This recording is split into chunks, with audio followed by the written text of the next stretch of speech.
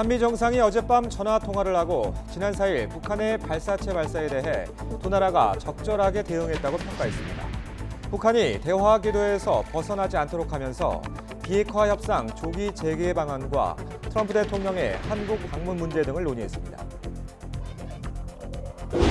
군 당국은 지난 4일 북한이 쏜 발사체는 방사포를 포함한 서너 종류로 10발에서 20여 발에 이른다며 정확한 수나 종류는 특정하기 어렵다고 밝혔습니다. 또 이번 행위는 남북 군사합의 취지에 어긋난다며 긴장 고조 행위 중단을 촉구했습니다. 북한의 발사체 발사에 대해 더불어민주당은 심각한 도발로 볼 수는 없다며 대화 재개 계기를 위해 대북 제재와 별개로 인도적 지원이 필요하다고 강조했습니다. 반면 자유한국당은 미사일이 분명한데도 당국이 사안을 축소한다며 우리 국민이 핵 인질이 될 위기에 처했다고 공세를 폈습니다. 여당인 더불어민주당 홍영표 원내대표 후임을 선출하는 선거가 오늘 오후 이인영, 노웅래, 김태년 의원 3파전으로 치러집니다. 자유한국당은 부산을 시작으로 국토대장정에 나선 황교안 대표가 정부 정책을 강도 높게 비판하고 신속 처리한 건 지정이 무효라며 헌법재판소에 권한 쟁의 심판을 청구하는 등 강공을 이어가고 있습니다. 해외 출장 중 검경 수사권 조정 법안에 공개적인 반대 입장을 냈던 문무일 검찰총장이 조기 귀국 뒤 어제 처음 출근했습니다. 문 총장은 검찰과 경찰 등 수사기관이 사법적인 통제를 받아야 한다며 정부와 국회 논의 과정에 적극 나설 것임을 분명히 했습니다. 여러분 안녕하십니까? 5월 8일 어버이날 굿모닝 화이트 시작합니다. 어젯밤 있었던 문재인 대통령과 트럼프 미국 대통령의 통화 내용부터 전해드리겠습니다. 북한이 최근 쏘아올린 발사체가 단연 화두였습니다. 두 정상은 양국이 적절하게 대응했다고 평가했습니다. 특히 한국이 북한에 대해서 인도적인 차원에서 식량 지원을 하는 것에 트럼프 대통령도 지지의 뜻을 밝혔습니다. 신호 기자가 보도합니다. 문재인 대통령과 트럼프 미국 대통령이 어젯밤 35분 동안 전화 통화를 했습니다. 두 정상이 가진 21번째 통화이고 지난달 한미 정상회담 이후 26일 만에 가진 직접 대화입니다. 문 대통령은 트럼프 대통령에게 지난 4일 북한의 전술 유도 무기를 포함한 단거리 발사체 발사와 관련해 우리 정부의 입장을 설명했다고 고민정 대변인이 밝혔습니다. 그렇지만 트럼프 대통령은 북한 발사체에 대해 어떻게 규정하는지 언급하지 않은 것으로 전해졌습니다. 양 정상은 이번 발사에도 불구하고 북한이 비핵화를 위한 대화 궤도에서 이탈하지 않도록 하면서 가능한 조기에 비핵화 협상을 재개하기 위한 방안에 관해 의견을 나눴습니다. 특히 북한의 발사체 발사 직후 한미 정부가 긴밀한 공조하에 적절한 방식으로 대응한 것이 효과적이었다는 데 의견을 같이 했다고 청와대는 밝혔습니다. 트럼프 대통령은 지난 4일 김 위원장이 자신과의 약속을 깨고 싶어 하지 않는다고 SNS를 통해 밝혔는데 문 대통령은 이 메시지가 북한을 긍정적인 방향으로 견인하는 역할을 할 것으로도 평가했습니다. 양 정상은 최근 유엔 세계 식량계획 WFP가 발표한 북한 식량 실태 보고서에 대해서도 의견을 나눴습니다.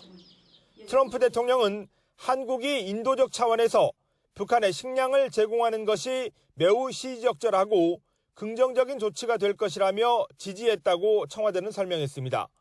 양 정상은 트럼프 대통령이 가까운 시일 내에 방한하는 방안도 긴밀히 협의하기로 했는데 트럼프 대통령이 일본을 찾는 이달이나 다음 달 우리나라도 방문하는 계획이 논의될 전망입니다. 양 정상의 이번 통화는 북한의 발사체 발사에 대한 한미 공조가 적절했다고 평가하고 교착 상태에 빠진 북미 비핵화 대화를 조속히 재개할 방안을 논의했다는 데 의미가 있지만 구체적인 방법은 공개되지 않았습니다. YTN 신호입니다.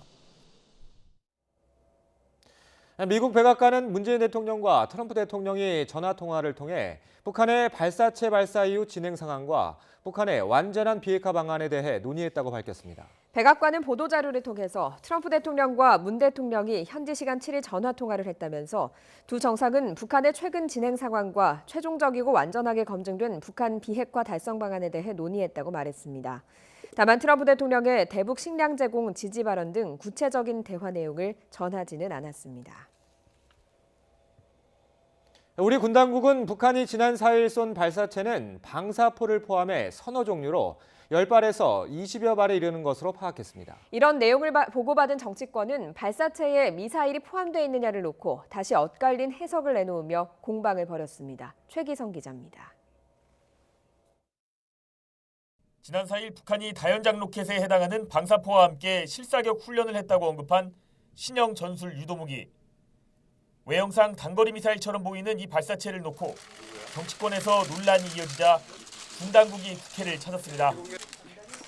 군 당국은 북한의 발사체는 10발에서 20발, 고도는 20에서 60km, 비행거리는 70에서 240km였지만 발사체의 정확한 수나 종류에 관해서는 특정하기 어렵다고 보고했습니다. 방사포냐 미사일이냐 다른 화력 타격 시험이냐 실험이냐 이 부분에 대해서 여러 가지 다수의 종류가 같이 이렇게 혼재되어 있기 때문에 면밀한 분석이 더 필요하다 이렇게 지금 판단하고 있습니다. 국정원에 이어 군 당국의 보고를 받은 여야 지도부는 사뭇 다른 반응을 보였습니다. 여당인 더불어민주당은 이번 발사가 기존 남북 한미 관계를 위협할 사안은 아니라고 선을 그으며 심각한 도발로 볼 수는 없다고 해석했습니다. 단거리 미사일을 특정하기 어려운 상황인 만큼 대화 재개를 위한 계기를 만들기 위해 대북 제재와 별개로 인도적 지원이 필요하다고 강조했습니다. 국회 차원에서도 초당적으로 식량 지원을 포함한 인도적 지원 방안에 대해서 논의가 활성화되기를 기대합니다. 반면 한국당은 북한이 공개한 사진을 봐도 미사일이 분명한데 우리 정부 당국과 군 당국이 사안을 축소하기에 급급하다고 날을 세웠습니다. 일부 군사 전문가들이 핵을 탑재할 수 있는 무기 체계라고 분석한 것을 근거로 우리 국민이 핵 인질이 될 위기에 처했다고 목소리를 높였습니다.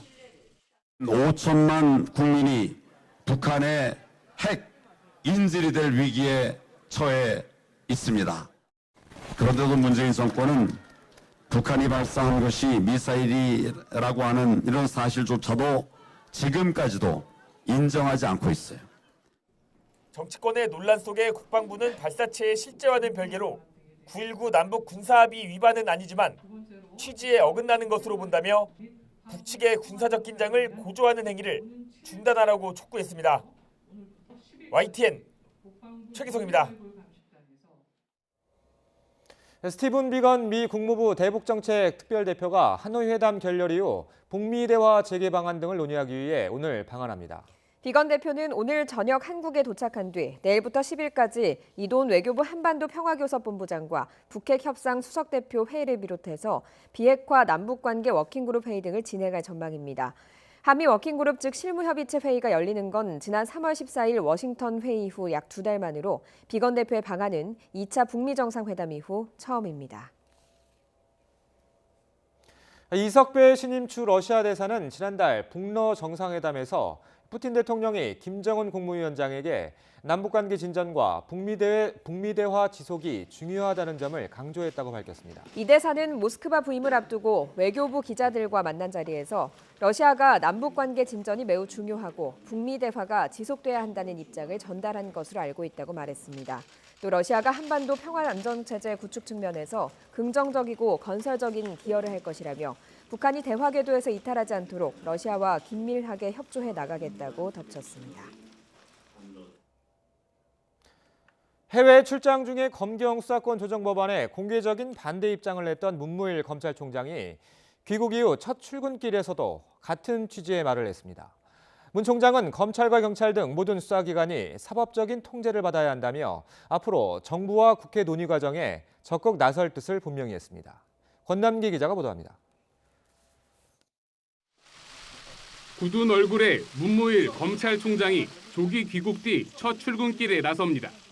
문 총장은 국민의 기본권을 언급하며 모든 수사기관이 사법 통제를 받아야 한다는 원론적 입장을 다시 강조했습니다.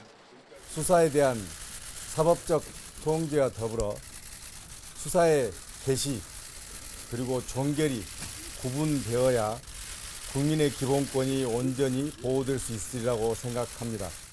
검찰을 비롯하여 수사 업무를 담당하는 모든 국가기관의 이 원칙이 지켜져야 한다고 생각합니다.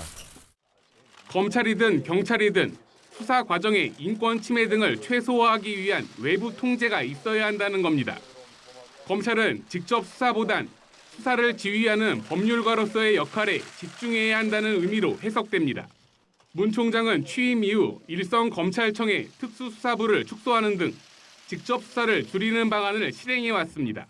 문 총장의 이런 움직임엔 경찰의 수사 역시 통제받아야 한다는 견해가 깔려 있습니다. 특히 경찰에 1차 수사 종결권을 주는 내용의 현 검경 수사권 조정안을 두고 경찰의 수사를 통제할 방안이 마땅치 않다는 입장을 공개적으로 밝히기도 했습니다. 하지만 패스트트랙으로 지정된 이번 조정안의 핵심이 경찰의 수사 종결권인 만큼 앞으로의 국회 논의 과정에서 마찰이 불가피할 전망입니다. 문 총장은 국회에서 성실하게 답변하겠다며 의지를 내비쳤는데 검찰이 개혁에 반대하는 것이 아니란 점을 우선 강조할 것으로 보입니다. 사개특위 기간 보고 총장님께 직접 나가실 계획이신지요? 국회에서 출석을 요구하시면 성심껏 준비하여 답변 드리도록 하겠습니다. 대검찰청은 이와 관련해 검찰의 입장을 설명하는 기자 간담회 등을 고려하는 것으로 알려졌습니다. 다만 수사권 조정안에 대한 반발을 조직 이기주의로 보는 시선이 있는 만큼 검찰은 내부 의견을 모은 뒤 입장 표명 방식을 신중하게 결정할 방침입니다. YTN 권남기입니다.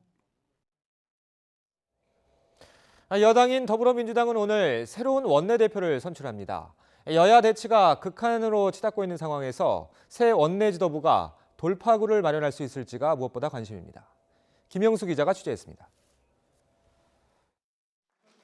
지난 1년 동안 원내 협상을 이끌며 개혁 법안을 패스트트랙에 올리는 데 성공한 더불어민주당 홍영표 원내대표가 고별 기자회견을 열었습니다. 홍 원내대표는 후임에게 공전하는 국회를 넘겨주게 됐다면서 원내대표 선거가 반전의 기회가 되기를 바란다고 밝혔습니다. 원내대표 저희 선거가 끝나면 아마 여야 간의 새로운 대화의 계기가 마련이 돼서 조속히 국회가 정상화될 수 있을 것이다. 이렇게 희망을 해봅니다. 차기 원내대표 선출과 무관하게 민주당은 일단 한국당의 3차 고발 명단은 완전한 거짓이라면서 법적 대응을 시사했습니다. 당일 몸싸움에 가담했다고 밝힌 시간에 국회의사당 현장에 있지도 않았던 유승희, 박완주, 소병훈 의원이 포함됐다. 국민의 신뢰를 저버린 자유한국당이 또 다른 범죄를 저지르는 것이다. 자유한국당도 국회 안팎에서 대여 공세를 이어가고 있습니다. 부산을 시작으로 국토대장정에 나선 황교안 대표는 문재인 정부의 경제와 외교, 안보, 인사정책까지 하나하나 비판하며 여론전을 펼쳤습니다. 싸워도 국회에서 싸우고 싶습니다. 하지만 더 이상 국회에서의 투쟁만으로는 문상수 공포를 막아낼 수 없는 상황이 되고 말았습니다. 한국당은 전자입법 발의 시스템으로 공수처 법안과 수사권 조정 법안을 발의한 것은 무효라면서 헌법재판소에 권한쟁의 심판을 청구하며 강공으로 맞섰습니다. 제1야당의 검경 수사권 조정안은 거들떠보지도 않고 대화도 없이 실정법을 위반해 가면서까지 패스트트랙에 태운 것 자체가 원천 무효입니다. 강대강 대치가 계속되고 있지만 여당의 새 원내대표가 선출되면 국회 정상화의 물꼬가 트일 것이란 전망도 조심스럽게 제기됩니다. 이인영, 노웅래, 김태년, 3선 의원의 3파전 구도 속에 누가 선출되든 국회를 재가동하는 게 가장 시급하고 큰 숙제인 만큼 야당과의 협상 전략을 취임 일성으로 내놓지 않겠느냐는 겁니다. 여야 의원들의 고소 고발전으로까지 번지면서 경색된 정국이 민주당의 새로운 원내 사령탑 취임으로 반전될 수 있을지 주목됩니다. YTN 김영수입니다. 극심한 내용에 시달리는 바른미래당에선 지도부 사퇴론을 둘러싼 갈등이 격화하고 있습니다. 손학규 대표가 핵심 당직을 친지도부 인사로 교체하려고 하면서 오늘 오후에 열릴 의원총회를 앞두고 당내 긴장감이 더 고조되고 있습니다. 김지영 기자가 보도합니다. 바른미래당 최고위 회의에 이어 원내 정책회의도 손학규, 김관영 지도부에 반발하는 소속 의원들의 불참으로 곳곳이 비어 있습니다. 김관영 원내대표는 반대파의 사퇴 요구를 당권에 대한 집착으로 규정하고 사실상 거부했습니다. 오히려 내년 총선에서 자유한국당이 아닌 바른미래당 후보로 뛰겠다고 선언하면 직에서 물러나겠다고 밝혀 바른정당계를 정면으로 압박했습니다. 바른미래당 이름으로 기호 3번 달고 한국당이나 민주당과의 연대나 통합 없이 당당하게 총선에 나가서 국민의 심판을 받겠다는 의사표를 하신다면 저는 그 즉시 그만두겠습니다. 하지만 반발은 더 거세졌습니다. 지도부에 반기를 들었다가 해촉된 당직자들은 악덕 사장보다 심하다며 날을 세웠고 반대파 의원 15명은 의원총회를 요구했습니다. 하태경 의원은 초점을 흐리지 말라고 비판했고 유이동 원내수석 부대표는 바른미래당을 떠날 사람이 없다며 김 원내대표가 공언한 것처럼 물러나라고 반격했습니다. 바른미래당을 떠날 의원은 아무도 없습니다. 김관영 원내대표는 약속한 대로 오늘부로 즉각 원내대표직에서 물러나야 합니다. 양측의 극한 대립이 이어지는 가운데 손학규 대표는 마지막 카드를 만지작거리고 있습니다. 대표가 임명하는 오신환 사무총장과 권은희 정책위 의장을 교체해 최고위원회 등 당무를 정상화하겠다는 겁니다. 사무총장과 정책위 의장에는 지도부와 뜻을 같이 하는 임재훈, 최이배 의원이 유력하고 수석 대변인은 최도자 의원이 물망에 오르고 있습니다. 이런 가운데 오늘 의원들의 요구에 따라 의원총회를 열고 당의 향후 진로를 논의하기로 해 격론이 예상됩니다. 이번 조치는 핵심 당무에서 반대파들을 모두 배제하는 것으로 실제 교체가 이루어질 경우 반발을 넘어 분당 등 극단적 상황까지 불러올 수 있다는 전망입니다. YTN 김주영입니다. 문재인 정부 출범 2주년을 앞두고 청와대 행정관 7명이 내년 총선 출마를 준비하기 위해 청와대를 떠나는 것으로 알려졌습니다. 청와대 국가위기관리센터 강정구 선임행정관과 인사비서관실 박상현 행정관 등 5명이 최근 퇴직했으며 국정기록 비서관실 임혜자 선임행정관 등 2명도 지역에서 활동하겠다며 사의를 밝힌 것으로 전해졌습니다. 이와 함께 정태호 일자리 수석, 이용선 시민사회수석, 김우영 자치발전 비서관, 김봉준 인사비서관 등도 총선 출마 후보군으로 꼽혀 이달 말 일부 비서관급 이상 참모진도 교체될 것으로 보입니다. 어버이날인 오늘 큰 일교차에 대비해서 옷차림하고 나오시기 바랍니다.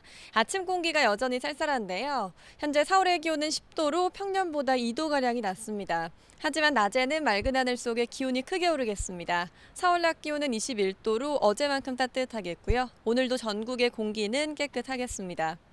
수일째 맑은 날씨 속에 대기는 무척 건조합니다. 강원 영동에는 보름 만에 다시 건조 경보가 내려진 가운데 강풍주의보까지 발효 중입니다. 내일 오후까지 강원도에는 초속 20m 안팎의 강한 바람이 예상되니까요. 불씨 관리 철저히 해주시기 바랍니다.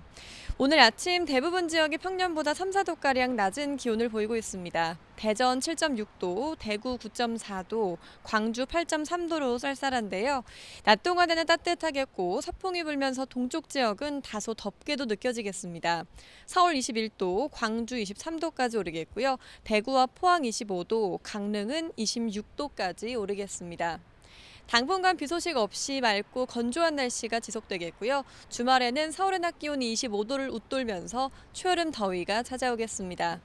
지금까지 YTN 야외 스튜디오에서 박현실입니다. 정부가 수도권에 주택 30만 채를 신규로 공급하기로 한 9.13 부동산 대책 밑그림을 완성했습니다. 3기 신도시로 고양 창릉과 부천 대장이 추가됐습니다. 먼저 정부 발표 내용을 이하린 기자가 보도합니다. 경기도 고양 창릉과 부천 대장이 추가 3기 신도시로 결정됐습니다. 지난해 9월과 12월에 발표된 19만 가구 공급 계획에 이어 3차 공급안까지 확정되면서 수도권 30만 가구 공급 로드맵의 전체 윤곽이 드러났습니다. 3기 신도시는 지난해 말 지정된 남양주 왕숙과 하남 교산, 인천 계양 등 3개 지구와 함께 모두 5곳으로 늘어났습니다. 우선 고양시 창릉동 813만 제곱미터에 3만 8천 가구, 부천시 대장동 343만 제곱미터에 2만 가구 등 3기 신도시 2곳에 5만 8천 채가 들어섭니다. 서울과의 거리가 1km를 넘지 않아 접근성이 좋다는 점이 선정 이유로 꼽혔습니다. 광역교통망도 확충됩니다. 우선 6호선 세전역부터 고양시청까지 14.5km 길이의 가칭 고양선 지하철이 신설되고 김포공항역과 부천 종합운동장역을 잇는 17.3km의 슈퍼 BRT도 설치됩니다. 서울 도심권에 30분 내 접근이 가능한 도시입니다. 이러한 입지를 기반으로 지하철의 신설 연장, 슈퍼 BRT 등 교통 대책을 추진하겠습니다. 서울과 경기 지역의 자투리 땅, 즉 중소규모 택지 26곳도 개발해 5만 2천 가구를 공급하기로 했습니다. 사당역과 창동역 등 지하철역 인근과 노후 군부지, 주차장 등이 택지로 활용됩니다. 이 같은 중소택지는 내년부터 입주자를 모집하고 신도시의 경우 지구 지정과 지구 계획을 거쳐 오는 2022년부터 분양할 예정입니다. 정부는 투기를 막기 위해 대규모 신규 택지와 주변 지역을 토지거래 허가구역으로 지정하고 개발 예정지의 가격과 거래량을 면밀하게 살피기로 했습니다. YTN 이하린입니다. 이런 정부의 발표에 대해서 집값 안정이 이어질 거란 기대가 나오고 있습니다. 하지만 자칫 공급 과잉으로 부동산 시장이 장기 침체될 거란 우려도 커지고 있습니다. 이어서 김현우 기자가 보도합니다. 지난 2009년부터 입주가 시작된 경기도 파주의 2기 신도시입니다. 토지 보상과 교통망 부족 등 수요 감소 요인이 겹쳐 아직도 개발이 진행 중입니다. 더 큰 문제는 아파트만 빼곡히 짓다 보니 자족 기능이 부족해 배드타운으로 전락했습니다. 성급하게 택지를 조성했다는 비판을 받았던 2기 신도시 지역 상당수가 이처럼 개발이 더딘 상황. 이 때문에 정부가 3기 신도시 지역을 확정하면서 내놓은 개발 대책의 핵심이 교통망 확충이었습니다. 지하철을 신설을 한다든지 아니면 또 도로망을 확충한다든지 BRT를 신설한다든지 해서 그 기존 도심에 계신 분들도 그걸 이용을 해서 그 도심 접근이 훨씬 더 용이하게. 하지만 정부의 주택시장 안정 목표, 특히 공급 확대 정책에 대한 우려가 커지고 있습니다. 지난 3월 기준 전국의 미분양 주택이 한 달 전보다 4%가량 증가한 6만여 채를 기록했습니다. 특히 수도권 지역의 아파트 미분양 물량은 1만 가구를 넘기면서 급증하고 있습니다. 장기적인 공급 증가로 인한 미분양 적체에 대한 불안감들도 동시에 커질 것으로 보여지고 있는데요. 이런 부분들을 불식시키기 위한 보완 대책이 필요하다고 보여집니다. 30만 채를 공급하는 대규모 신규 택지 공급 정책이 집값 안정에 효과를 나타낼 것이라는 전망이 우세합니다. 하지만 공급 과잉에 따른 부동산 시장 침체와 기존 신도시 집값 하락에 대한 불만이 높아지는 상황에서 3기 신도시 개발과 공급 속도를 조절해야 한다는 지적도 나오고 있습니다. YTN 김현우입니다. 사는 게 힘들다며 투신을 기도했던 모녀가 경찰의 끈질긴 설득에 5시간 만에 무사히 구조됐습니다. 사건 사고 소식 최재민 기자가 보도합니다. 여성 2명이 60m 높이의 다리 난간에 위태롭게 서 있습니다. 난간 밖에서는 경찰관이 투신을 막기 위해 설득하고 있습니다. 40대 엄마와 10대 딸입니다. 사는 게 힘들다며 극단적인 선택을 하려는 겁니다. 오후 4시 반부터 시작된 긴박한 상황은 5시간 만에 무사히 마무리됐습니다. 경찰관의 끈질긴 설득에 딸이 먼저 난간을 넘었고 이어 어머니도 안전한 곳으로 넘어왔습니다. 모녀는 구조 직후 심리적 안정을 위해 병원으로 옮겨졌습니다. 경찰관의 끈질긴 설득과 만일의 사태에 대비한 해경과 소방대원들의 일사불란한 대응이 소중한 생명을 살렸습니다. 건조특보와 강풍특보가 내려진 강원 지역에 산불이 잇따르고 있습니다. 홍천군 서성면 인근 야산에서 불이 나 산림 1.3헥타르를 태우고 3시간 만에 진화됐습니다. 춘천시 동면 야산에서도 불이 나 구기림 1.5헥타르가 잿더미로 변했습니다. 상가 앞에 소방차가 줄지어 서 있습니다. 이 건물 1층 천장에서 불이 난 겁니다. 이 불로 2명이 연기를 마셔 병원으로 옮겨졌고 건물에 있던 50여 명도 긴급 대피했습니다. 경찰과 소방당국은 정기적 요인으로 불이 난 것으로 보고 있습니다. YTN 최재민입니다. 그제 러시아에서 일어난 여객기 참사로 41명이 숨졌습니다. 그런데 일부 승객이 짐을 챙겨서 탈출하려다 희생이 커졌다는 증언이 나왔습니다. 김태현 기자의 보도입니다.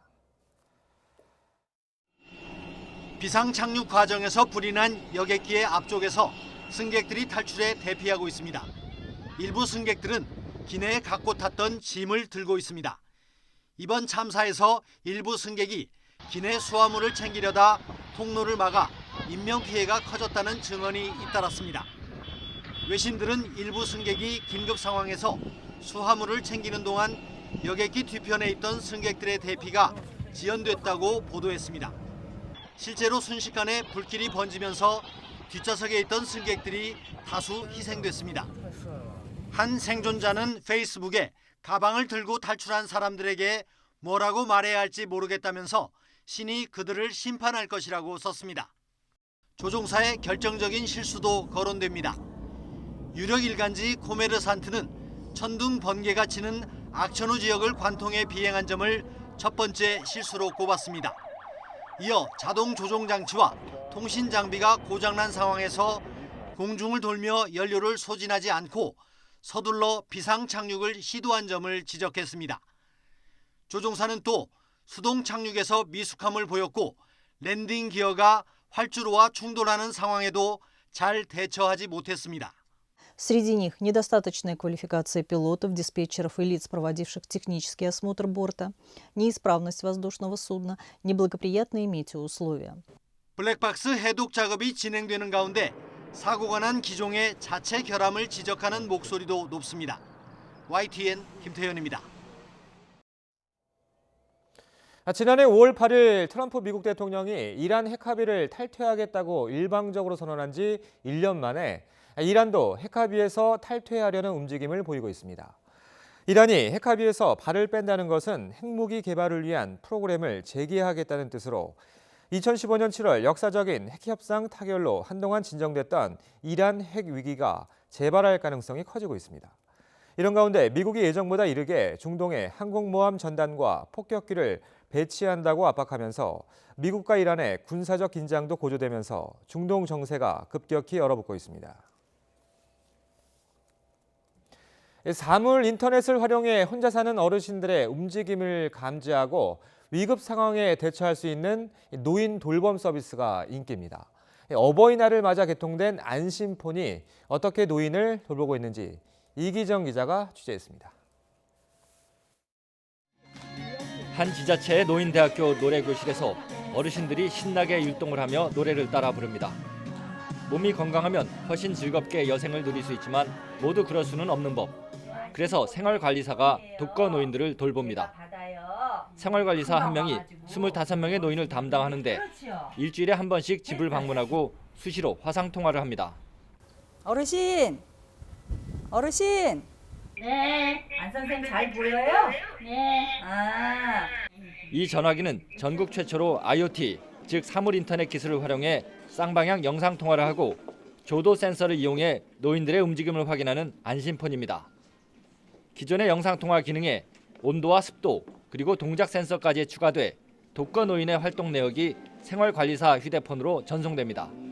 또 버튼만 누르면 집 주소와 함께 119로 자동 연결됩니다. 인천시는 어버이날을 기념해 어르신 안심폰 개통식을 갖고 이를 활용한 돌봄 서비스 대상자를 3,400명에서 올해 상반기 중에 8,225명으로 확대하기로 했습니다. 어르신들이 그 위급한 상황에 주소를 말씀드릴 수 없는데 바로 뜬다는 것도 좋고 또 이제 노래가 나오니까 어르신들이 무료하신 어르신들이 굉장히 좋아하셔요. 우리 어르신들을 잘 돌보겠다는 그런 마음가짐이 중요한 것이고 그래서 일상생활 속에서 불편한 사항들은 즉시 개선하고 촘촘한 돌봄 서비스를 확립해 나가겠습니다. 인천의 독거 노인 수는 지난 2012년 6만 명 선에서 지난해 8만 9천 명으로 매년 급속히 증가하고 있습니다. 고독사 예방과 안전 확보에 도움을 줄 것으로 기대되는 IoT 안심폰은 인천시와 각 기초단체가 매칭 펀드로 보급을 확대해 나간다는 계획입니다. YTN 이기정입니다. 미국과 중국 간 무역 갈등 여파로 국제 유가가 큰 폭으로 하락해 서부 텍사스산 원유의 경유 배럴당 가격이 3월 29일 이후 최저를 기록했습니다. 양국 간 긴장 고조로 원유 수요가 줄어들 것이라는 전망에 따른 것으로 풀이됩니다. 어젯밤 한미 정상 간 통화에 대해서 미국 백악관은 북한의 최근 진전 상황, 최종적이고 완전히 검증 가능한 북한 비핵화 달성 방안이 논의됐다고 밝혔습니다.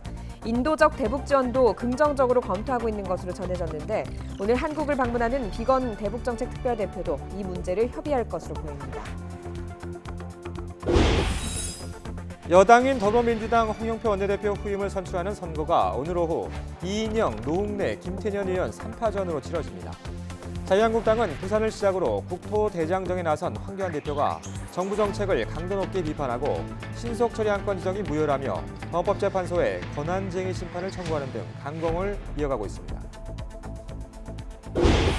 4조 5천억 원대 분식회계 의혹을 받는 삼성 바이오로직스가 검찰 수사에 앞서서 회상 공용 서버를 빼돌려 공장 바닥 아래 숨긴 사실이 드러났습니다.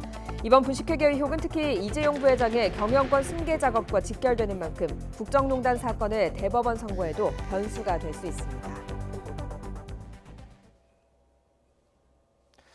네, 곧 시작되는 미중 무역 협상을 앞두고 미국이 2천억 달러 규모의 중국 상품에 부과해온 관세를 추가로 올리겠다고 압박했습니다. 인상 시점이 10일부터인데 사실상 최후 통첩을 한 것으로 풀이됩니다. 강태욱 기자의 보도입니다. 중국이 태도 변화를 보이지 않으면 오는 10일부터 중국 제품에 대한 관세가 10%에서 25%로 인상될 것이다. 로버트 라이트하이저 미 무역대표부 대표가 미중 무역 협상을 앞두고 내놓은 압박 카드입니다. 스티븐 무누신 재무장관도 협상이 제자리로 돌아온다면 미국 정부는 관세율 인상을 재검토할 것이라고 힘을 보탰습니다. 중국을 향해 협상에 제대로 임하라는 압박입니다. 오는 9일과 10일 이뤄지는 워싱턴 협상에서 그동안 합의된 사항들을 유지해 합의안을 발표할 수 있도록 하자는 겁니다. 트럼프 대통령은 더 나아가 현재 세금이 부과되지 않는 3,250억 달러의 추가 상품에 대해서도 곧 25%가 부과될 것이라고 위협했습니다. 이처럼 트럼프 행정부가 전방위적으로 중국에 압력을 가하는 것은 이번 워싱턴 협상에서 미중 무역 협상을 끝내겠다는 의지로 보입니다. 라이트하이저 대표는 다만 주말 동안 나돌았던 중국 대표단의 방미 취소설에 대해서 협상은 예정대로 진행될 것이라고 확인했습니다. 또 문우신 장관은 협상이 90%가량 마무리됐다고 설명했습니다. 급박하게 돌아가는 미중 무역 협상에 촉각을 곤두세우고 있는 세계 금융시장은 극적 타결이냐 무역 전쟁의 재점화냐를 놓고 이미 요동치기 시작했습니다. YTN 강태욱입니다. 트럼프 미국 대통령이 꼭 1년 전 이란과의 핵합의 탈퇴를 일방적으로 선언한 데 이어서 이란도 핵합의에서 발을 빼는 분위기입니다. 미국과 이란의 군사적 긴장도 고조되면서 중동의 정세가 얼어붙고 있습니다. 이동우 기자입니다. 트럼프 대통령은 지난해 5월 이란 핵협정으로는 핵 개발을 막을 수 없다며 체결된 지 3년 만에 탈퇴를 공식 선언했습니다. I am announcing today that the United States will withdraw from the Iran nuclear deal. 이 같은 트럼프 대통령의 일방적인 핵합의 탈퇴에서는 1년 만에 이란도 핵합의에서 발을 빼고 핵 개발을 위한 프로그램을 재개하는 움직임이 일고 있습니다. 하산 루하니 이란 대통령은 이란은 최대한 인내했지만 상대방이 약속을 지키지 않아 핵합의에서 정한 의무를 이행하는 수준을 줄이겠다는 내용의 서한을 영국, 독일 등 서명국에 보낼 것이라고 이란 언론이 보도했습니다. 이란 언론은 이란 정부가 핵합의에서 동결한 원심 분리기 생산 등 핵 활동을 일부 재개하고 우라늄 농축을 시작해 국제사회에 경고 메시지를 보낼 것이라고 전망했습니다. 이란 내에서는 핵합의뿐만 아니라 핵 확산 금지 조약도 탈퇴해야 한다는 목소리도 커지고 있습니다. 미국은 중동에 항공모함 전단과 폭격기를 배치한다고 발표해 미국과 이란의 군사적 긴장마저 고조되면서 중동 정세가 급격하게 얼어붙고 있습니다. So we're taking all the appropriate actions, both from a security perspective and well as our ability to make sure that the president has a wide range of options. 트럼프 행정부는 지난달 이란의 정규 군인 혁명수비대를 테러 조직으로 지정하고 이달 초에는 이란산 원유 수입 예외 조치를 중단하는 등 제재를 강화하고 있습니다. 미국의 대이란 압박 강화와 이에 상응한 이란의 반발이 이어지면서 국제사회 안보 불안이 고조되고 있습니다. YTN 이동우입니다. 미국과 중국의 무역전쟁 격화 우려로 뉴욕 증시와 국제유가가 급락했습니다. 네, 국제부 연결해서 알아보겠습니다. 김원배 기자. 네, 국제부입니다. 네, 뉴욕 증시가 급락세로 마감했다고요. 네, 그렇습니다. 뉴욕 증시가 미국과 중국의 무역전쟁 격화 우려로 2% 가까이 급락했습니다. 현지 시각 7일 다우지수는 473.39포인트, 1.79% 급락한 25,965.09의 거래를 마쳤습니다. 스탠더드앤푸어스 500 지수는 48.42포인트, 1.65% 하락한 2,884.05를 기록했습니다. 기술주 중심의 나스닥 지수는 159.53포인트, 1.96% 급락한 7,963.76의 장을 마감했습니다. 모레부터 2천억 달러어치의 중국산 제품에 대한 관세가 10%에서 25%로 올라갈 것이라는 트럼프 대통령의 발언이 현실화할 수 있다는 공포가 부상하면서 뉴욕 증시가 급락했습니다. 로버트 라이트하이즈 무역대표부 대표와 스티븐 무누신 재무장관 등 핵심 당국자들이 트럼프 대통령의 발언을 재확인한 것이 시장 공포에 불을 지폈습니다. 류어 중국 부총리가 이끄는 고위급 대표단이 내일부터 이틀간 미국과 협상을 벌이기 위해 미국을 방문한다고 중국이 확인했지만 촉박한 협상 기한 등을 고려하면 관세가 인상될 것이란 예상이 힘을 얻고 있습니다. 자, 그런데 국제유가도 급락했다고요? 네, 그렇습니다. 현지 시각 7일 뉴욕 상업거래소에서 6월 인도분 서부 텍사스산 원유는 1배럴에 85센트, 1.4% 급락한 61달러 40센트의 거래를 마쳤습니다. 이는 3월 29일 이후 최저 수준입니다. 런던 IC 선물거래소의 7월 인도분 브렌트유도 1배럴에 1달러 36센트, 1.9% 급락한 69달러 88센트의 장을 마감했습니다. 미중 무역 전쟁이 확대되면 글로벌 성장 둔화로 이어지고 이는 곧 원유 수요 감소로 이어질 것이란 우려가 부각됐습니다.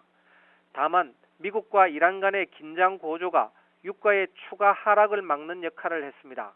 지금까지 국제부에서 전해드렸습니다.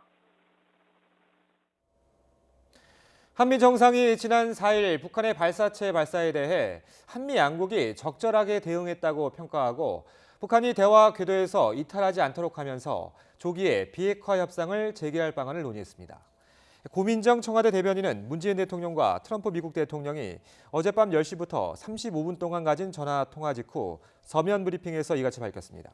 문 대통령은 트럼프 대통령에게 북한의 전술 유도무기를 포함한 단거리 발사체 발사와 관련해서 우리 정부의 입장을 설명했습니다. 고 대변인은 양 정상이 지난 4일 북한의 발사체 발사 직후 한미 정부가 긴밀한 공조하에 적절한 방식으로 대응한 것이 효과적이었다는 데 의견을 같이 했다고 설명했습니다.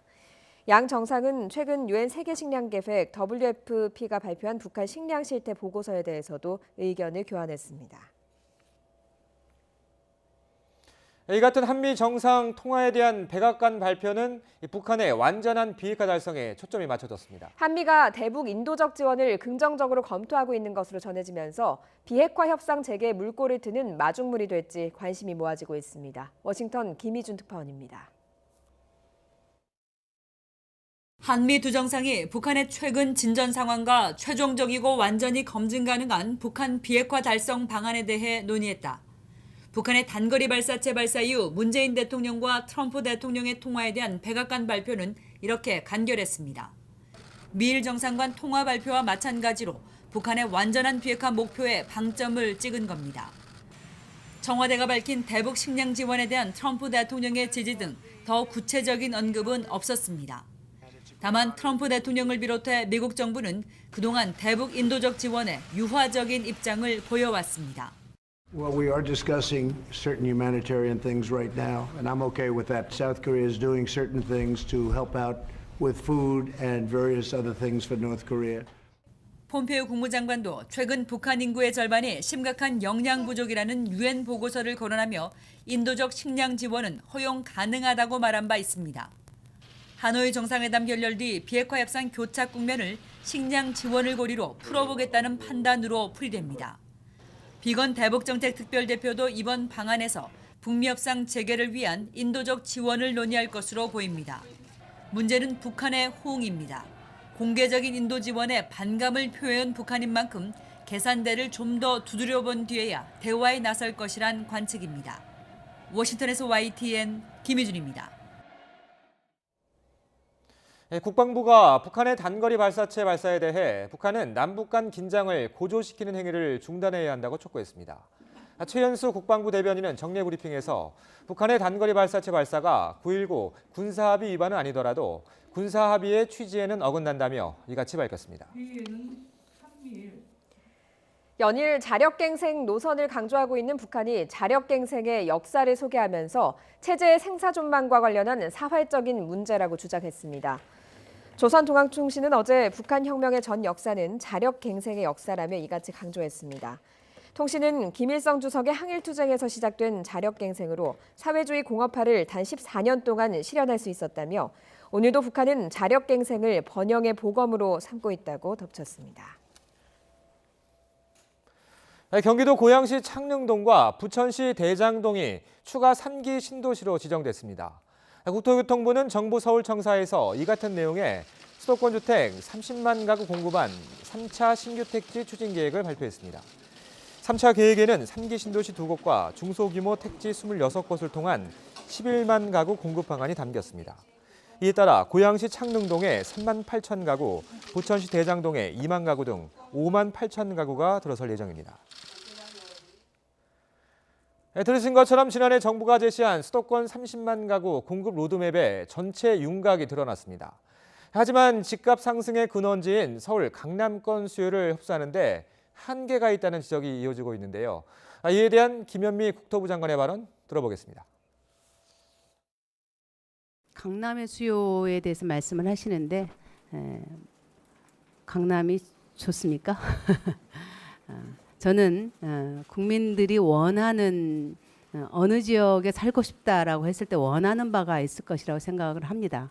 수도권뿐만 아니라 전국 어디에 살더라도 국민들의 주거 만족도가 높은 곳이 된다고 한다면은 그것이 더 우선 주거 만족도를 높이도록 하는 것이 보다 우선적인 지향과 가치가 되어야 되지 않나 이렇게 생각을 합니다.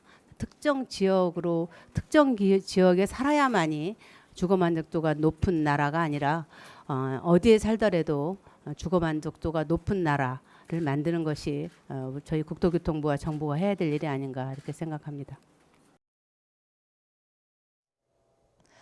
어제보다 공기가 부드러워졌지만 오늘 출근길도 날씨가 쌀쌀합니다. 현재 대관령 기온은 5.4도로 어제 아침보다 9도가량 높지만 한 자릿수에 머물고 있고요. 서울도 10.2도로 어제보다 높지만 예년 기온은 밑돌고 있습니다. 낮에는 기온이 올라서 따뜻한 봄 날씨를 보이겠습니다. 서울이 21도, 대전과 광주가 23도까지 크게 높아지겠습니다. 동쪽 지역은 다소 덥겠습니다. 서풍이 산맥을 넘으면서 달궈지기 때문인데요.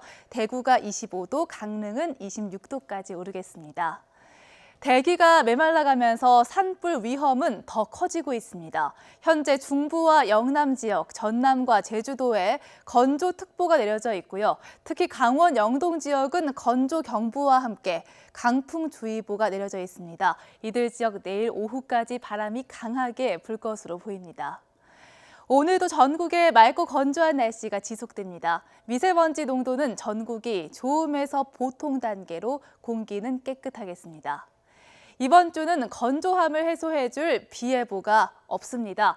맑고 건조한 날씨가 지속되겠고요. 기온은 오름세로 돌아서겠습니다. 아침엔 쌀쌀하겠지만 낮 기온이 점점 올라서 주 후반엔 25도를 웃도는 여름 더위가 때이르게 찾아오겠습니다. 날씨 정보였습니다. 더불어민주당 홍영표 원내대표의 후임을 선출하는 원내대표 선거가 오늘 이인영, 노웅래, 김태년 의원의 3파전으로 치러집니다. 오늘 오후 3시부터 경선이 시작됩니다. 1차 투표에서 민주당 의원 128명 가운데 과반인 65명 이상의 지지를 받으면 원내대표로 선출되고 과반이 없으면 결선 투표에서 최다 득표자가 원내대표로 뽑히게 됩니다.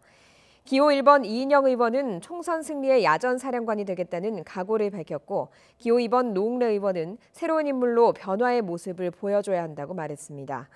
기호 3번 김태년 의원은 유능한 여당을 위해서 성과를 낼 수 있는 사람이 자신이라고 강조했습니다.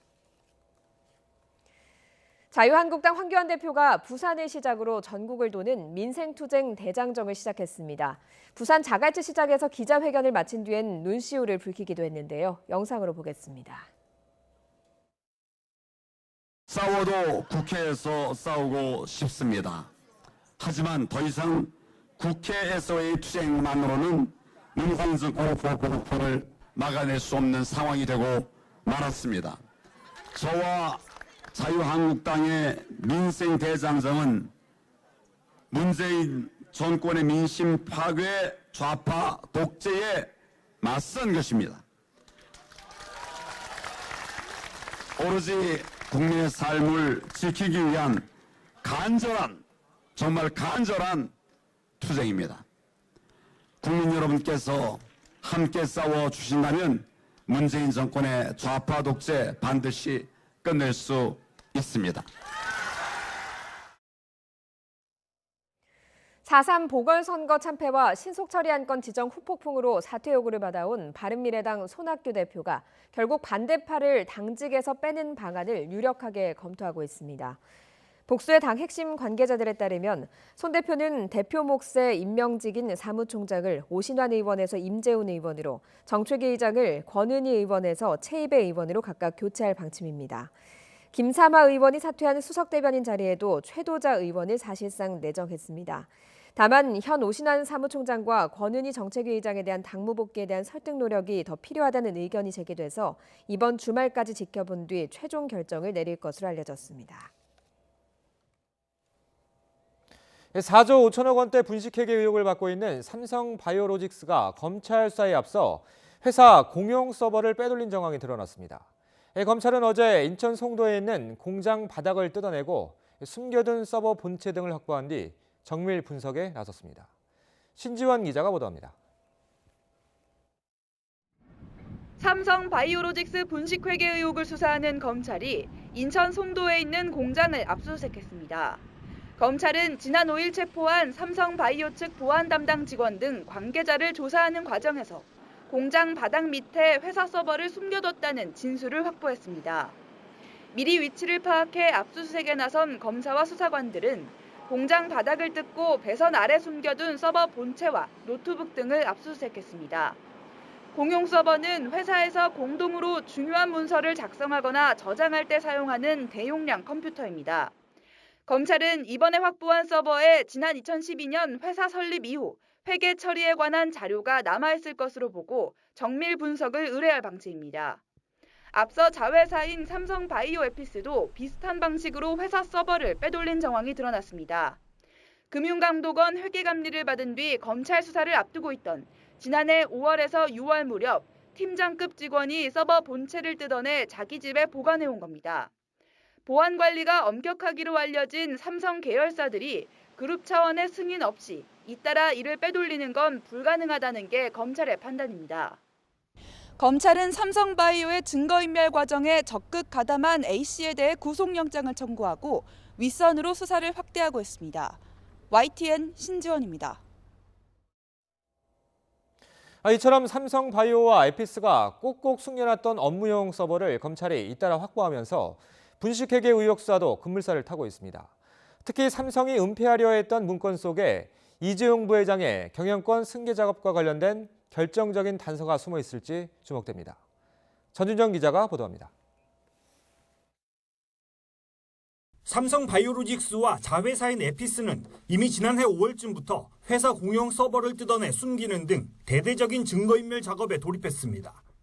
검찰의 분식회계 의혹 수사가 임박했던 시점이었습니다. 삼성바이오는 공장 바닥 밑에, 에피스는 직원의 자택에 꼭꼭 숨겨뒀지만 1년 만에 검찰에 발각되고 말았습니다.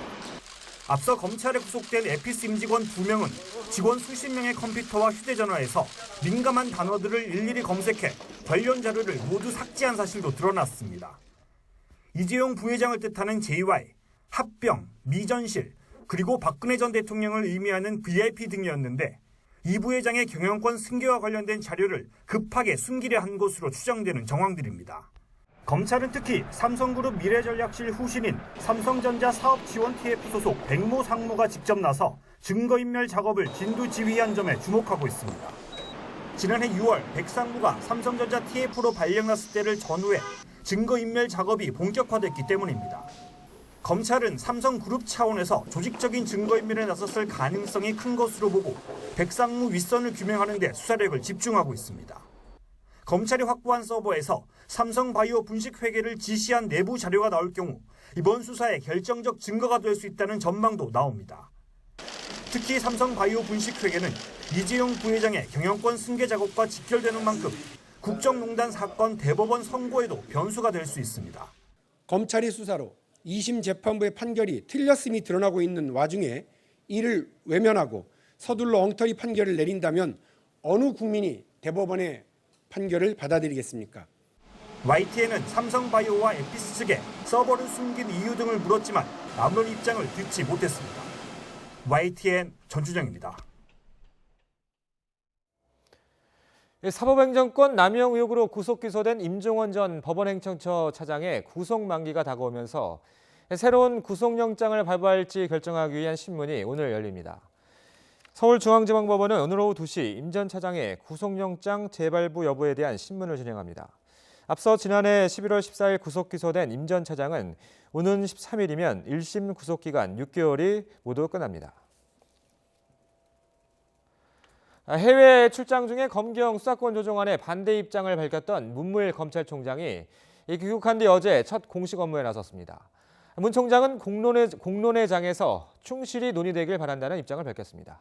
들어보시죠.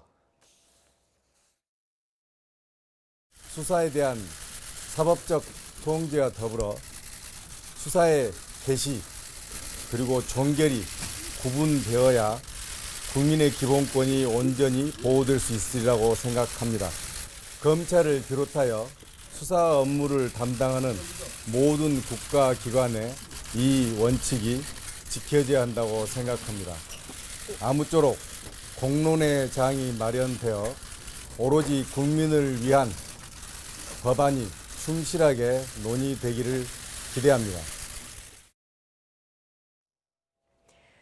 4차 산업혁명의 화두 가운데 하나가 AI, 인공지능이죠. AI에 관심이 높은 기업이 관련 기술을 가지고 있는 정부 출연 연구기관과 교류하고 있습니다. 이정우 기자가 보도합니다. 엄청난 재산과 인명피해가 났던 강원도 산불. 특히 고성, 속초 산불은 전봇대에서 고압선이 끊어지면서 발생한 것으로 조사됐습니다. 이처럼 큰 피해가 날 수 있는 전선 단락이나 가스 노출을 미리 파악하는 AI 기술이 개발되고 있습니다. 초음파 카메라를 이용해 미리 문제가 생길 만한 이상 현상을 감지해내는 원리입니다. 저희 회사는 자체적으로 인력을 확보해서 연구에 매진하고 있지만 앞으로 전문기관과 협조할 수 있다면 더 큰 좋은 결과를 얻을 수 있을 거라고 생각합니다. 이론을 현실화하기 위해 이 기업은 전문 연구자들 모임과 교류하고 있습니다. 정부 출연 연구기관 AI 관련 연구자들이 자발적으로 만든 기술 공유 모임입니다. 사회학자를 위한 어떤 기술이라든지 적정 기술들 아니면 이제 중소기업을 도와준다든지 그런 일들을 좀 해보자고 만들어진 커뮤니티입니다. 네. AI 인공지능 연구와 AI 산업 활성화를 위한 움직임이 각계각층에서 다양하게 진행되고 있습니다. 연구개발특구진흥재단도 AI 융합 아이템을 발굴하고 기술을 사업화하는 데 징검다리 역할을 자처했습니다. 연구자와 AI 도입을 희망하는 기업들과 네트워크로 연결을 하고 또 기업의 문제를 AI로 해결하는 문제 해결형 AI 도입을 지원을 하겠습니다. 과학기술의 요람인 대덕연구개발특구 4차 산업혁명 시대를 맞아 AI 기술을 디딤돌 삼아 새로운 도약을 준비하고 있습니다. YTN 이정우입니다. 유은혜 사회부총리 겸 교육부 장관이 문재인 정부 3년 차를 맞아서 사학 혁신을 본격적으로 추진하겠다고 말했습니다. 유 부총리는 정부 세종청사에서 열린 기자간담회에서 학령 인구 감소가 예상보다 훨씬 급격하게 오고 있어서 교육이 미래의 핵심 역량을 어떻게 키울지를 근본적으로 고민하게 된다며 이같이 밝혔습니다. 유 부총리는 2021학년도부터 대학 정원보다 고교 졸업생 수가 4만 명 정도 작은 상황이라면서 대학이 원하든 원하지 않든 구조조정이 불가피하다고 지적했습니다.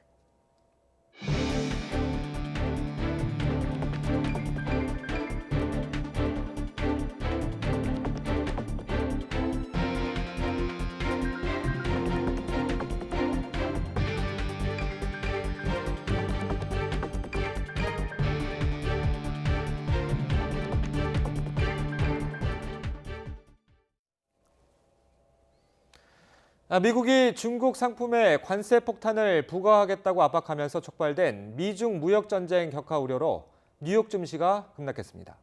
현지 시각 7일 다우지수는 473포인트, 1.79% 급락했습니다.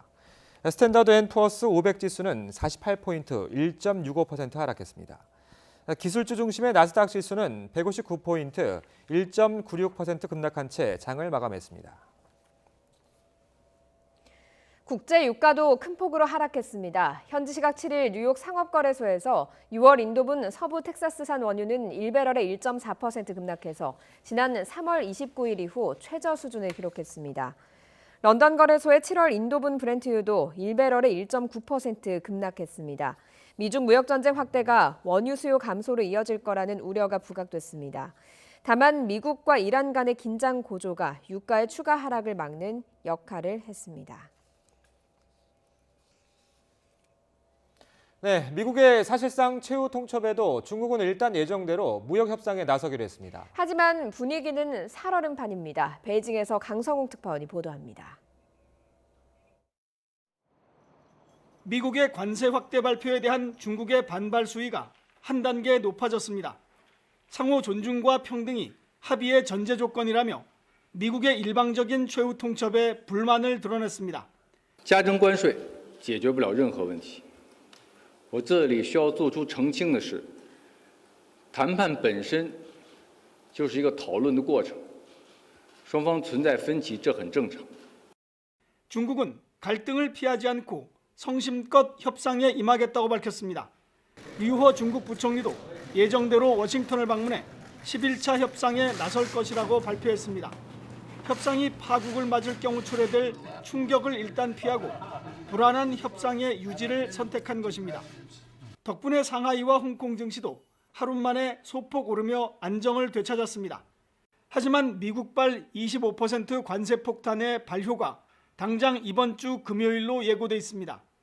높은 관세를 피하려면 미국의 요구를 들어줘야 하는데 중국이 단기간 안에 묘수를 찾기는 쉽지 않아 보입니다.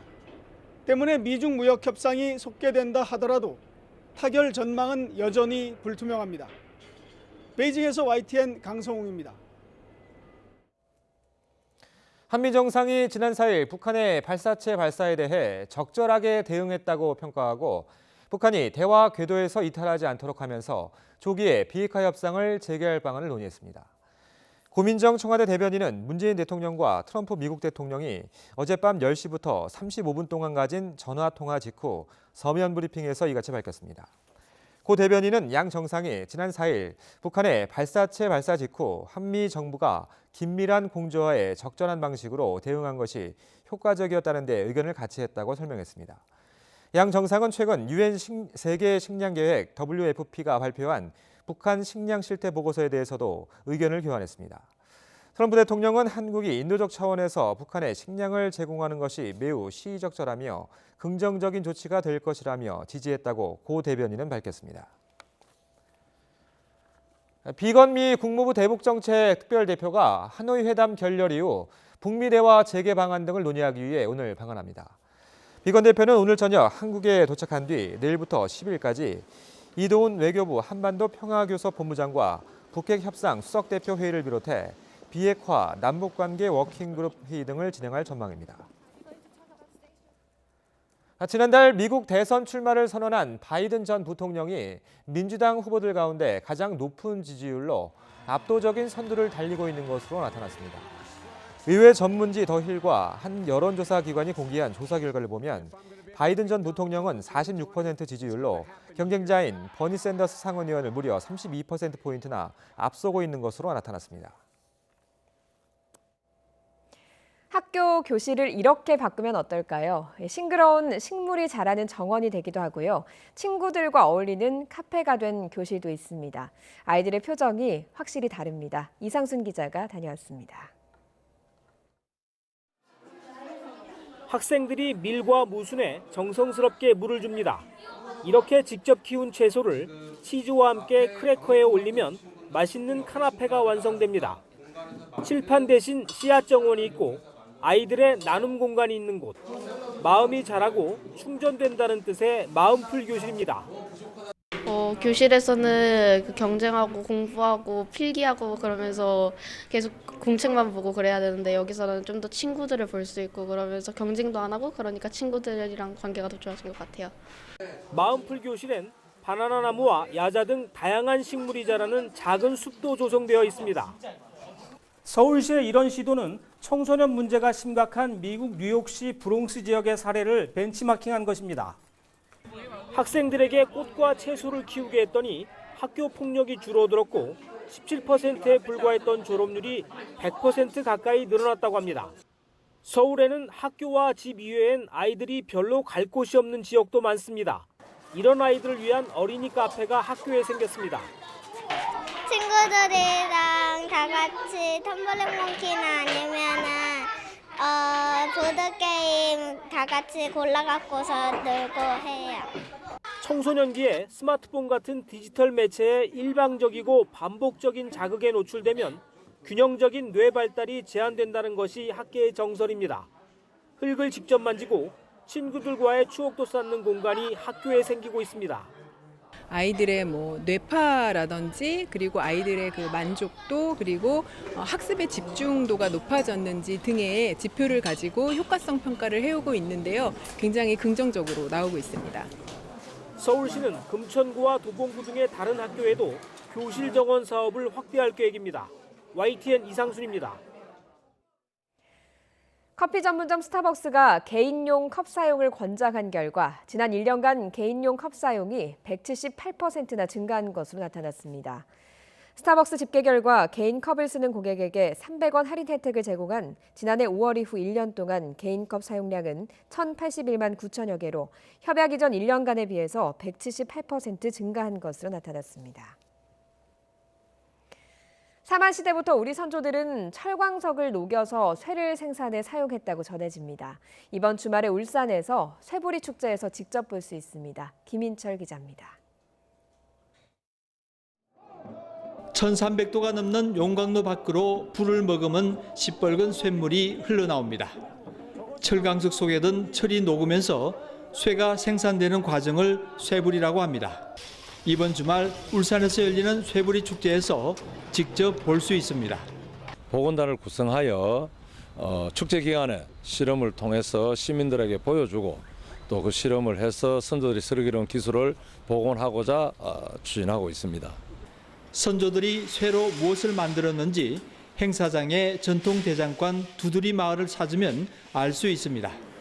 쇠부리 체험관에 가면 직접 쇠를 두드려 농기구를 만들어 볼 수 있습니다. 이 호미는 미국의 인터넷 사이트에서 판매 대박이 난 영조 대장간 호미인데요. 축제에 오시면 이 호미도 만날 수 있습니다. 쇠부리와 지역 산업의 연관성을 체험할 수 있는 스틸로드에서는 과거와 현재의 제철법 등을 만날 수 있습니다. 노동요 쇠부리 소리가 40여 년 만에 민속놀이로 복원돼 시민들과 만납니다. 선조들의 뛰어난 철 생산의 역사를 한눈에 보고 즐기고 느낄 수 있는 축제를 마련했습니다. 많이 오셔서 추억을 만들어 가시기 바랍니다. 조선 중기 무쇠 제조법을 발명한 구충당 이어립 선생을 조명하는 학술 심포지엄은 민속학계에 관심을 받고 있습니다. 밤마다 용광로만큼 뜨겁게 달아오를 타악기 연주 한마당은 출연자와 관람객이 함께 어우러지는 신명나는 축제로 기대됩니다. YTN 김인철입니다. 뮤지컬로도 유명한 에비타, 아르헨티나의 전 대통령 부인 에바 페론이 태어난 지 꼭 100년이 됐습니다. 33살의 짧은 생애를 살고 간 에바 페론에 대한 평가는 극과 극으로 엇갈리지만 아르헨티나에서 아직도 그녀를 그리워하는 사람들이 적지 않습니다. 기정훈 기자입니다. 아르헨티나의 연인 에비타. 100년 전 아르헨티나의 한 시골 마을에서 빈민층의 사생아로 태어난 에바 페론의 애칭입니다. 역경을 딛고 삼류 연극 배우로 시작해 영화 배우와 라디오 성우의 길을 걷던 그녀는 훗날 대통령이 되는 후안 페론을 운명처럼 만납니다. 아름다운 외모뿐 아니라 탁월한 설득력까지 지닌 그녀는 대통령보다 더 사랑받는 대통령 부인이었습니다. 특히 처음으로 여성에게 투표권을 주고 친권과 혼인에서 남녀 평등을 헌법으로 보장하는 등 여성의 지위 개선을 이끌면서 아르헨티나의 성녀로까지 불리기도 했습니다. 그러나 1952년 그녀가 만 33세 젊은 나이에 백혈병과 자궁암으로 세상을 떠난 뒤 감춰졌던 것들이 드러나면서 평가는 뒤집히기 시작했습니다. 많은 개혁 정책들이 인기를 노린 포퓰리즘일 뿐 나라 사정을 고려하지 않은 것들이 많았고 사탕 발림 주장과 달리 사회적 약자들의 삶은 여전히 피폐했기 때문입니다. 자신의 자서전을 학교에서 교과서로 쓰게 하는 등 우상화까지 시도했지만 아르헨티나 경제는 페론 정권 때부터 추락하기 시작합니다. 그녀가 숨지고 남편마저 망명길에 오른 뒤 그녀의 시신이 수십 년 동안 해외를 떠돌아다니기도 했습니다. 이런 엇갈린 평가에도 불구하고 아르헨티나에서 그녀는 아직 그리움의 대상입니다. 부에노스아이레스에서 그녀의 옷을 재현해 차려입은 여성 100명이 모여 그녀의 100번째 생일을 축하했습니다. Y es la jefa espiritual de la nación, como se le llama en el momento, y la verdad que es un faro, un guía para todo lo que los cambios políticos y. 그녀가 떠난 지 이미 60여 년이 됐지만 그녀의 삶을 그린 뮤지컬의 노래 제목처럼 그녀를 그리워하는 사람에게도 그녀를 원망하는 사람에게도 중의적인 메시지를 여전히 던지고 있습니다. 아르헨티나여, 나를 위해 울지 말아요. YTN 기종훈입니다. 다음 달 프랑스에서 개막하는 2019 피파 여자 월드컵에 대비해 우리 대표팀이 최종 훈련을 시작했습니다. 윤덕여 감독이 지휘하는 여자 대표팀은 27명이 최종 훈련에 참여한 뒤 이 가운데 23명을 최종 선발할 예정입니다. 지소연과 조소현 등 해외파 선수들은 나중에 합류할 계획입니다. 체육계 구조개혁을 위해 민간 합동으로 출범한 문화체육관광부 스포츠혁신위원회가 스포츠 인권과 관련된 권고안을 내놨습니다. 권고안을 보면 실효성 있는 피해자 보호와 인권 침해 예방을 위해 독립성을 갖춘 스포츠 인권 보호기구의 설립을 요구했습니다. 혁신위는 다음 달까지 학교 체육 정상화와 스포츠 선진화 관련 권고안도 추가 발표할 예정입니다. 문경란 스포츠혁신위원장의 발표 내용 들어보시죠. 현재 드러나고 있는 체육계의 인권 침해 등 문제는 개인의 일탈만으로 치부할 수 없는 국가주의, 엘리트주의, 메달지상주의, 스포츠 정책에서 비롯된 구조적, 제도적 차원의 문제임을 직시할 필요가 있습니다. 이를 해결하기 위해서는 스포츠 분야 전반의 구조적 모순과 문제점을 철저히 재점검함과 동시에 국가 차원의 스포츠 정책, 제도, 문화, 관행 등 국가 스포츠 패러다임의 일대 전환이 요구되고 있습니다.